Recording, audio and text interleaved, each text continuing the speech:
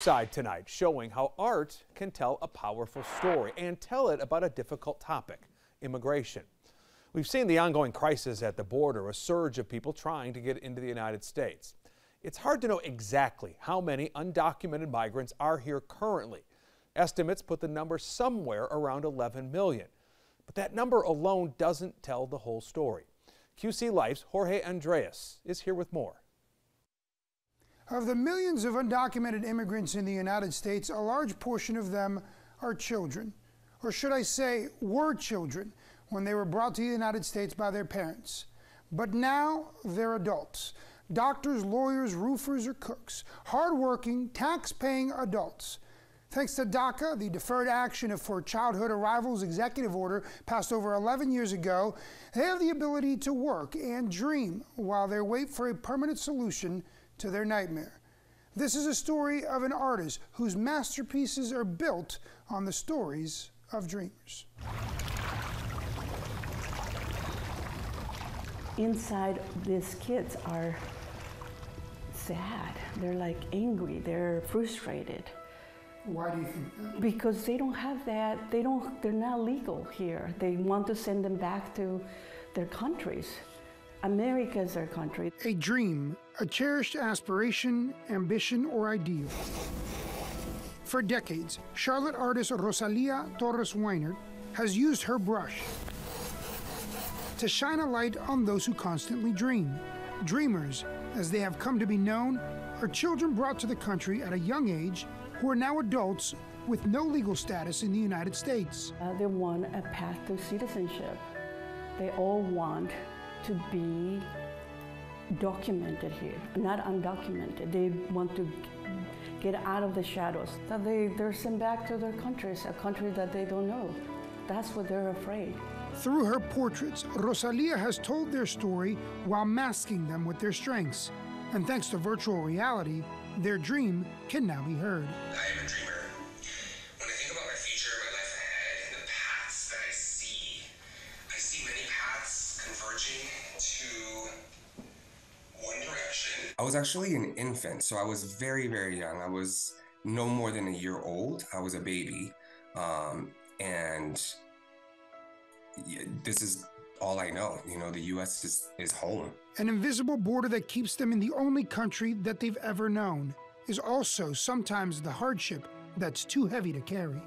One of my dreamers, and makes me sad about it, she committed suicide. And she felt, when I painted her, and she said she felt like in a golden cage. And that's how I painted her. While we all create our own path, none of us want to walk alone. Rosalia's mission has always been to educate the masses on the principle that dreamers are not a burden. Rather, they help us see the bigger picture, a picture of an immigration system that is broken. I am like a historian with my art, and somebody has to do it. The Black community, they have that history. They have that they can go back and say, wow, this happened in the past. We have slaves. This is, you know, if somebody else is doing it like me, that's good. You know, but this is my job, like to paint kids in cages, to paint dreamers telling their stories, to paint immigrants coming through, you know, struggling through identity. That's my job, that's my call. As the years pass and these forgotten children grow older, the hope is that enough attention will bring forth change.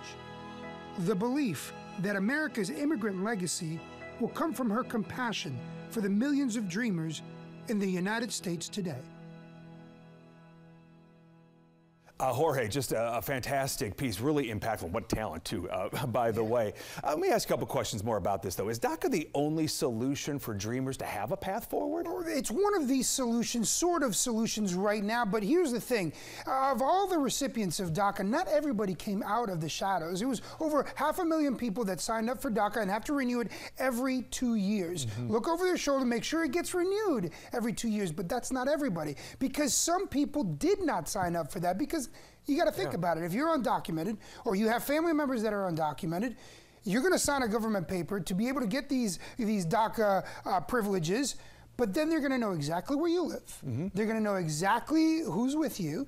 And maybe if those people in your family, in your circles are undocumented, you would want to protect them. So although it is a somewhat short Band-Aid, short-term solution, it's not a long-term solution. And especially for the other people that did not come out of the shadows, that chose to continue to stay because they were afraid that it would get rescinded or would get turned back, there's a bigger problem there. You mentioned in your setup to this about tax paying. Yeah. How does that work for dreamers, for undocumented immigrants? Well, everybody thinks, you need a social security number to be able to get a driver's license, to be able to pay taxes. Hold on a second.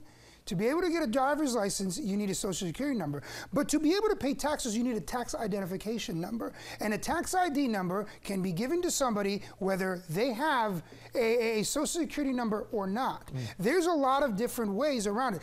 The traditional W-2 type of jobs, we're not talking about those type of jobs. But if you're somebody that opens up your own place, you're a 1099 worker, you are perhaps somebody that has your own business, then you are paying taxes, you're doing a tax ID thing, and you are following the law without having to have that social security number, that driver's license that most people do have. It's important to understand all that. End of the day, what's the solution? That's the troubling part, Jamie, to be honest with you, because I don't know if there is a solution. There is no solution right now, that's for sure. There's a temporary solution with DACA where DACA recipients can renew those DACA papers every 2 years. But in terms of a long-term solution, the last amnesty that there was back in the 80s with President Reagan. And obviously, amnesty is not a solution that a lot of people want for, but a path to citizenship, perhaps a path to normalizing someone's situation, maybe not even citizenship, but a path to normalizing their legal status is what a lot of people are advocating for, to be in conversations in new policies, in new legislature, with people that can vote.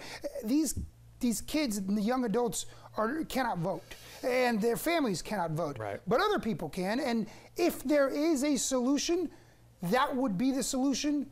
When that solution will come, we don't know. A functioning Congress is a part of this as well. Jorge, terrific stuff. Thanks for coming by tonight. Of course, Jimmy.